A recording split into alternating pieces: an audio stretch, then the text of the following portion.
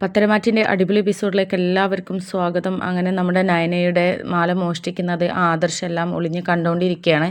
ആദർശ മുറിയിലുള്ള വിവരം ജലജയും അഭിയും അറിയുന്നുണ്ടായിരുന്നില്ല. അങ്ങനെ വളരെ തന്ത്രപൂർവ്വം കൈക്കലാക്കി എന്നുള്ള ഭാവത്തോടു കൂടെ ആ മാലയും കൊണ്ട് അവിടെ നിന്ന് ജലജയും അഭിയും പോവുകയാണ്.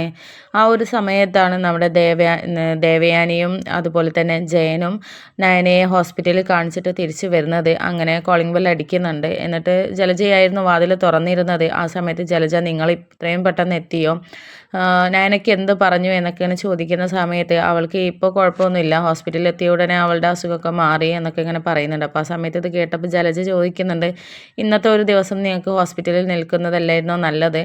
പ്രത്യേകിച്ച് ഈ ഒരു അവസ്ഥയിൽ അവൾക്ക് ടെൻഷൻ കൊണ്ടായിരിക്കും, ആദർശ ജയിലിലല്ലേ, അതിൻ്റെ ടെൻഷനായിരിക്കും എന്നൊക്കെ പറയുന്നുണ്ട്. അപ്പോൾ ആ സമയത്ത് അജയൻ പറയുന്നുണ്ട്, ഞാൻ പറഞ്ഞതായിരുന്നോ ഇന്നത്തെ ദിവസം ഹോസ്പിറ്റലിൽ അഡ്മിറ്റ് ചെയ്യാമെന്നുള്ളത്? പിന്നെ ഡോക്ടർ പറഞ്ഞു വെറുതെ ഇവിടെ കിടന്നിട്ടൊന്നും കാര്യമില്ലല്ലോ, അതിനേക്കാളും നല്ലത് ഗുളിക കഴിച്ചിട്ട് വീട്ടിൽ റെസ്റ്റ് എടുക്കുന്നതാണ്, അതാണ് ഏറ്റവും നല്ലത് എന്ന് പറഞ്ഞു, അതുകൊണ്ടാണ് വേഗം പോകുന്നത് എന്നൊക്കെ ഇങ്ങനെ പറയുന്നുണ്ട്. അങ്ങനെ പിന്നീട് അവർ അകത്തോട്ട് കയറി പോവുകയാണ്. അകത്തോട്ട് പോയ സമയത്ത് നയന ഡോറിനെ മുട്ടിയിട്ട് ആദർശ് വാതിലൊക്കെ തുറക്കുന്നുണ്ട്. എന്നിട്ട് ആദർശ് നേരെ ചോദിക്കുന്നത്, നിൻ്റെ ആഭരണങ്ങളെല്ലാം ഷെൽഫിൽ തന്നെ ഇല്ലേ? ഏതെങ്കിലും പോയിട്ടൊന്നും ഇല്ലല്ലോ, നീ എന്തായാലും നിൻ്റെ ആഭരണങ്ങൾ ചെക്ക് ചെയ്യുന്നത് നല്ലതായിരിക്കും, നീ ഒന്ന് നോക്കിയേ, ഏതെങ്കിലും മാലയോ എന്തെങ്കിലും നഷ്ടപ്പെട്ടിട്ടുണ്ടോ എന്ന് നോക്കിയേ എന്നൊക്കെ ഇങ്ങനെ പറയുന്ന സമയത്ത് എന്താ ആദർശ് ഏട്ടാ പെട്ടെന്ന് ആഭരണം പോയോ എന്നൊക്കെ ചോദിക്കുന്നത്, എന്താ പറ്റിയത് എന്നൊക്കെ ചോദിക്കുകയാണ് നയന. അപ്പോൾ ആ സമയത്ത് ആദർശ് പറയുന്നുണ്ട്, നീ എന്തായാലും ചെക്ക് ചെയ്ത് നോക്ക് എന്നൊക്കെ പറയുന്നുണ്ട്. അങ്ങനെ നയന തൻ്റെ അലമാര ചെക്ക് ചെയ്ത് നോക്കുകയാണ്, ആഭരണം ഇട്ടുവെച്ച പെട്ടികളെല്ലാം തിരഞ്ഞു നോക്കുകയാണ്. ആ സമയത്താണ് തനിക്ക് അമ്മ ഏറ്റവും പ്രിയപ്പെട്ടതായിട്ട് തന്നിട്ടുള്ള ആ ഒരു മാല, പാരമ്പര്യമായിട്ട് കൈമാറി വരുന്ന ആ ഒരു മാല നഷ്ടപ്പെട്ടതായിട്ട് നയന കാണുന്നത്.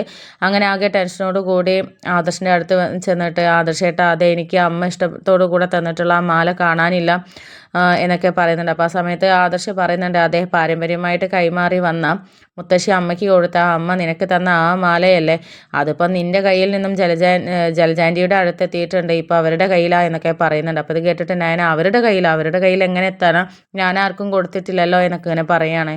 അപ്പോൾ ആ സമയത്ത് ആദർശ് പറയുന്നുണ്ട്, നീ ഇവിടുന്ന് പോയ ശേഷം, നിന്നെ ഹോസ്പിറ്റലിൽ കൊണ്ടുപോയ ശേഷം ഇവിടെ ചില കാര്യങ്ങളൊക്കെ നടന്നു, അത് ഞാനിവിടെ നിന്നത് കൊണ്ടാണ് കാണാൻ സാധിച്ചത്. അപ്പച്ചിയും മകനും ചേർന്നിട്ട് ആ ഒരു മാല മോഷ്ടിച്ചെടുക്കുകയായിരുന്നു. നിൻ്റെ അലമാര തുറന്നിട്ട് അവർ ആ ചെയിന് എടുക്കുന്നത് കണ്ടു. പിന്നെ ആ സമയത്ത് അവർ പലതും പറഞ്ഞു, നമ്മുടെ സങ്കടം കാണാൻ, നാശം കാണാനാണ് അവർ കൊതിക്കുന്നത് എന്നും, ഇത് ഇനി എന്തായാലും നീ സ്വർണം പോയവരും അറിയത്തില്ല, കാരണം നിനക്ക് ആഭരണത്തോട് അത്ര ഇഷ്ടമൊന്നും ഇല്ലല്ലോ, അതുകൊണ്ട് ഇനി ഏതെങ്കിലും ഫംഗ്ഷൻ വരുന്ന സമയത്ത് മാത്രമേ തുറന്ന് നോക്കുകയുള്ളൂ, അതുകൊണ്ട് ഇപ്പോൾ നമ്മൾ ഇത് എടുത്ത് മാറ്റിയാൽ ഒന്നും അറിയാൻ പോകുന്നില്ല, ആ സമയത്ത് എന്തെങ്കിലും പറഞ്ഞ് നമുക്ക് രക്ഷപ്പെടാമെന്നൊക്കെ പറഞ്ഞിട്ട് രണ്ടുപേരും എടുത്തുകൊണ്ട് പോയതാണ് എന്നൊക്കെ പറയുന്നുണ്ട്. അപ്പോൾ ഈ സമയത്ത് നയന പറയുന്നുണ്ട്, എല്ലാ പ്രാവശ്യവും ഞാൻ ഈ റൂം പൂട്ടിയിട്ടായിരുന്നു പോയിരുന്നത്, പക്ഷേ ഇന്നിപ്പോൾ ഹോസ്പിറ്റലിലേക്ക് കൊണ്ടുപോയ സമയത്ത് അതിനൊന്നും എനിക്ക് ആ ഒരു ഇത് കിട്ടിയില്ല എന്നൊക്കെ പറയുന്നുണ്ട്. അപ്പോൾ ആ സമയത്ത് ആദർശ് പറയുന്നുണ്ട്, അതൊക്കെ പെട്ടെന്നായിരുന്നല്ലോ, നിന്നെ പെട്ടെന്ന് ഹോസ്പിറ്റലിലേക്ക് പോവുകയായിരുന്നല്ലോ, ആ ഒരു സമയത്ത് നീ അത് ശ്രദ്ധിക്കാതിരുന്നതാണ്, പക്ഷെ നീ എഴുന്നില്ലെങ്കിൽ നിനക്ക് ലോക്കറിലോ എന്തെങ്കിലും കൊണ്ടുവച്ചാൽ പോരെ, എന്നിട്ട് ആവശ്യത്തിനനുസരിച്ച് എഴുത്താൽ പോരെ എന്നൊക്കെ ചോദിക്കുന്നുണ്ട്. അപ്പോൾ ഇനി അത് ചെയ്യണം എന്നൊക്കെ പറയുകയാണ് ഞാൻ. അപ്പോൾ ആദർശ് പറയുന്നുണ്ട്, എന്തായാലും ഈ വീട്ടിൽ തന്നെ സുരക്ഷിതമായിട്ടുള്ള ഒരാളെ ഉണ്ടാക്കണം, അത് എത്രയും പെട്ടെന്ന് തന്നെ ഉണ്ടാക്കിയെടുക്കണം എന്നൊക്കെ ഇങ്ങനെ പറയുന്നുണ്ട്. അങ്ങനെ ആദർശ് പറയുന്നുണ്ട്, എന്തായാലും ഇനി വിട്ടുവീഴ്ച ചെയ്യണ്ട, നാളെ ഇക്കാര്യം നീ എല്ലാവരെയും വിളിച്ചു കൂട്ടി എല്ലാവർക്കും മുമ്പിലും അവതരിപ്പിച്ചിട്ട് അവരെ തല കുനിച്ചിട്ട് നാണം കെടുത്തി നിൽക്കുന്ന രീതിയിൽ അവരെ നീ പൊളിച്ചടക്കണം എന്നൊക്കെ ഇങ്ങനെ പറയുകയാണ് ആദർശ്. അപ്പം നയന അത് തീരുമാനിക്കുകയാണ്. അങ്ങനെ പിറ്റേന്ന് രാവിലെ തന്നെ നയന എല്ലാവരെയും വിളിച്ച് കൂട്ടുന്നുണ്ട്. അങ്ങനെ പൂജാമുറിയിൽ കയറി പ്രാർത്ഥിച്ചതിന് ശേഷം ജാനകിയും ജലജയും വിളിച്ചൊക്കെ താഴത്തോട്ട് വരികയാണ്. ആ സമയത്ത് ജാനകി ചോദിക്കുന്നുണ്ട്, എന്താ പെട്ടെന്ന് ഏട്ടത്തി, എന്താണ് എല്ലാവരെയും വിളിച്ച് കൂട്ടിയിട്ട് പറയാനുള്ളത്, എന്താ സംഭവം എന്നൊക്കെ ചോദിക്കുന്ന സമയത്ത്, അതൊക്കെ കണ്ടോ, ഇവിടെ ഓരോരുത്തരുടെ കള്ളത്തരങ്ങൾ പൊളിച്ചടക്കുന്നത് കാണാമെന്നൊക്കെ ഇങ്ങനെ പറയുന്നുണ്ട്. അങ്ങനെ പിന്നീട് ജലജയും അഭിയെയും ഒക്കെ വിളിച്ചു കൂട്ടിയിട്ട് അവർ താഴേക്ക് വരുന്നുണ്ട്. ആ സമയത്ത് നേരെ നയന ചോദിക്കുന്നുണ്ട്, എൻ്റെ മാല കണ്ടിരുന്നോ അപ്പച്ചി, എൻ്റെ മാല കാണാതായിട്ടുണ്ട്, അത് അമ്മ എനിക്ക് തന്നതാണ്, പാരമ്പര്യമായി മുത്തശ്ശി അമ്മയ്ക്ക് കൊടുത്തു, അമ്മ എനിക്ക് തന്ന ആ ഒരു ആഭരണം ഇപ്പോൾ കാണാനില്ല എന്നൊക്കെ ഇങ്ങനെ പറയുന്നുണ്ട്. അപ്പം ആ സമയത്ത് ജലജ പറയുന്നുണ്ട്, അത് ശരി, നിൻ്റെ മാല കാണാതിരിക്കുമ്പോൾ ഞങ്ങളോടാണോ ചോദിക്കുക, ഞങ്ങളെങ്ങനെ കാണാനാന്നൊക്കെ ചോദിക്കുമ്പോൾ നയന പറയുന്നുണ്ട്, അത് പിന്നെ ഇവിടെ ഈ വീട്ടിൽ എന്ത് നഷ്ടപ്പെട്ടാലും ആദ്യം ചോദിക്കേണ്ടത് നിങ്ങളോടാണല്ലോ, കാരണം അത്തരത്തിലുള്ള കള്ളത്തരങ്ങളൊക്കെ കയ്യിലുള്ളത് നിങ്ങൾക്ക് മാത്രമാണല്ലോ, അതുകൊണ്ട് ചോദിച്ചതാ എന്നൊക്കെ ഇങ്ങനെ പറയുന്നുണ്ട്. അപ്പോൾ ഇത് കേട്ടപ്പോൾ ജലജ പറയുന്നത്, ഞങ്ങളൊന്നും കണ്ടെത്തില്ല, കണ്ടിട്ടില്ല.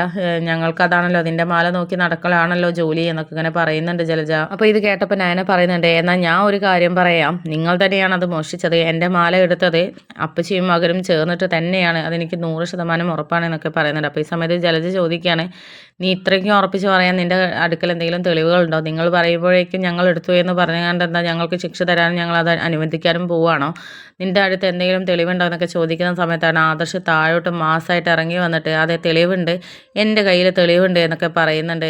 അപ്പോൾ ആ സമയത്ത് ഞാൻ പറയുന്നുണ്ട്, ഇപ്പോൾ തെളിവ് കിട്ടിയല്ലോ, ഇതാണ് ആ വലിയ തെളിവ് എന്നൊക്കെ ഇങ്ങനെ പറയുമ്പോൾ ഞെട്ടിത്തരിച്ചുകൊണ്ട് ചിലത് ചോദിക്കുകയാണ്, ആദർശോ നീ എപ്പോൾ എത്തി, നീ വന്നോ എന്നൊക്കെ ചോദിക്കുമ്പോൾ ഞാൻ പറയുന്നുണ്ട്, അതൊക്കെ അവിടെ നിൽക്കട്ടെ, ആദർശേട്ടനൊക്കെ വന്നു കഴിഞ്ഞു, അത് കഥകൾ വേറെ, അത് വേറെ നിങ്ങൾക്ക് മുമ്പിൽ ഞാൻ പറഞ്ഞു തരാം എന്നൊക്കെ ഇങ്ങനെ പറയുന്നുണ്ട്. അപ്പോൾ ആ സമയത്ത് ജാനകി ചോദിക്കുന്നുണ്ട്, ആദർശ് എപ്പോഴേ വന്ന്, ആദർശ് ഇവിടെ ഉണ്ടായിരുന്നു എന്നൊക്കെ ചോദിക്കുമ്പോൾ നമ്മുടെ ദേവയാനി പറയുന്നുണ്ട്, ആദർശ് ഇവിടെ ഉണ്ടായിരുന്നു, ആദർശ് ജയിലിലായി എന്ന് പറഞ്ഞ് ചിലരൊക്കെ ഇവിടെ സന്തോഷിക്കുകയായിരുന്നു, എന്നാൽ പിന്നെ 2 ദിവസം കൂടെ സന്തോഷിക്കട്ടെ എന്ന് ഞാനും നയനയും അങ്ങ് കരുതി. ആദർശ് അവരുടെ സന്തോഷമൊക്കെ കണ്ടിട്ട് ഇവിടെ തന്നെ ഉണ്ടായിരുന്നു എന്നൊക്കെ പറയുന്നുണ്ട്. അപ്പോൾ അങ്ങനെ ആദർശ് പറയുന്നുണ്ട്, ഇവർ മുറിയിൽ കയറി എടുക്കുന്നത് ഞാൻ കണ്ടതാണ്, ഞാനാണ് ഏറ്റവും വലിയ തെളിവ് എന്നൊക്കെ പറയുന്നുണ്ട്. പക്ഷേ ആ സമയത്തും ജലജ അത് അനുവദിച്ച് കൊടുക്കുന്നുണ്ടായിരുന്നില്ല. അതിനെന്തെങ്കിലും തെളിവുണ്ടോ? നിങ്ങൾ പറയുന്നത് എല്ലാവരും അങ്ങ് വിശ്വസിച്ചങ്ങാണ്ട് ഞങ്ങളെ കളിയാക്കാനൊന്നും നോക്കണ്ട, ഞങ്ങൾ സമ്മതിക്കില്ല, വേറെ തെളിവുകൾ എന്തെങ്കിലും ഉണ്ടോ? വാക്കുകൊണ്ട് എല്ലാവർക്കും എന്തും പറയാലോ എന്നൊക്കെ പറയുന്ന സമയത്ത് ആദർശ് തെളിവുണ്ട്, അതും നിങ്ങൾക്ക് വേണമെങ്കിൽ അതും നിങ്ങളെ കാണിക്കാം എന്നൊക്കെ പറഞ്ഞ് ആ ഒരു തെളിവ് നികത്താൻ വേണ്ടിയിട്ട് നിൽക്കുകയാണ്. ജലജയും അഭിയും ഒക്കെ ഷോക്കേറ്റ അവസ്ഥയിൽ ഇനിയിപ്പോൾ ആദർശ് എന്ത് തെളിവാണ് കാണിക്കാൻ പോകുന്നത്, അതിൽ നിന്ന് ഞങ്ങൾക്ക് രക്ഷപ്പെടാനാകുമോ എന്നുള്ള ആ ഒരു ചിന്തയിലാണ് അവർ നിൽക്കുന്നത്.